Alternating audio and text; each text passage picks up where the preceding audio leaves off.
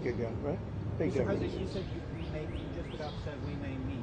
Is this about Vance and with possibly going to talk about? It's about anybody. They even suggested they come to the White House. It's a big difference. But they've suggested that they come to the White House. That's, courageous, but, it's like not easy for them to do. But they suggested, because I can't go now because of what's going on. I had to come back early from the G7, which was terrific, by the way, in Canada. Really terrific, good people. Is there a possibility of next week or sooner that Well, I don't know how much longer it's going to go on. I mean, they're totally defenseless. They have no air defense whatsoever.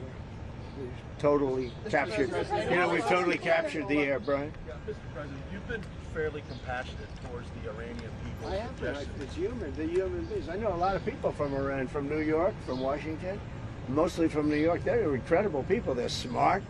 They're energetic. They can be difficult, but so can you.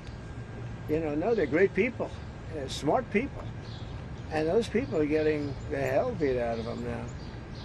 And it's really a shame. It's so stupid. It's so stupid. It's another one, Russia, Ukraine is so stupid. Would have never happened if I was president. You guys agree with that, right? Would have never happened if I was president.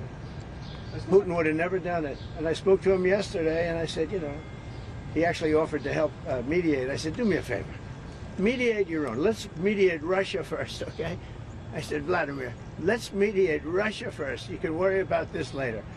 But I think that's going to work out too, but it's so many people have been killed. The big thing with that one is far more people are dead than have been reported in the Ukraine, Russia. Many, many more people. Mr. President, falls down, they say nobody was hurt. So. What does unconditional surrender mean? Well, you know what it means. Unconditional Can you surrender. explain it for those who very simple don't? Words. Very simple. Unconditional surrender. That means I've had it. Okay, I've had it. I give up. No more. Then we go blow up all the all the nuclear stuff that's all over the place there. No, they had bad intentions. For 40 years they've been saying death to America, death to Israel, death to anybody else that they didn't like.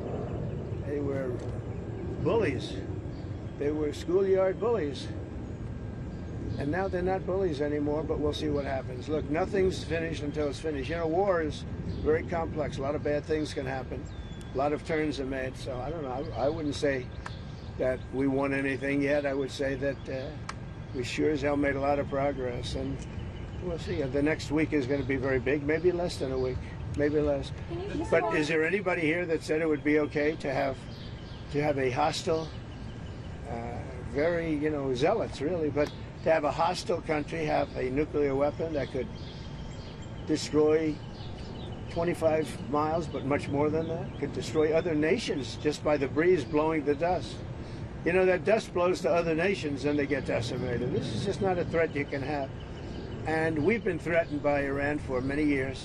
If you go back and look at my history, if you go back 15 years, I was saying we cannot let Iran get a nuclear weapon. I've been saying it for a long time. I mean it more now than I ever meant it. Yeah. Mr. President, a question on deportation.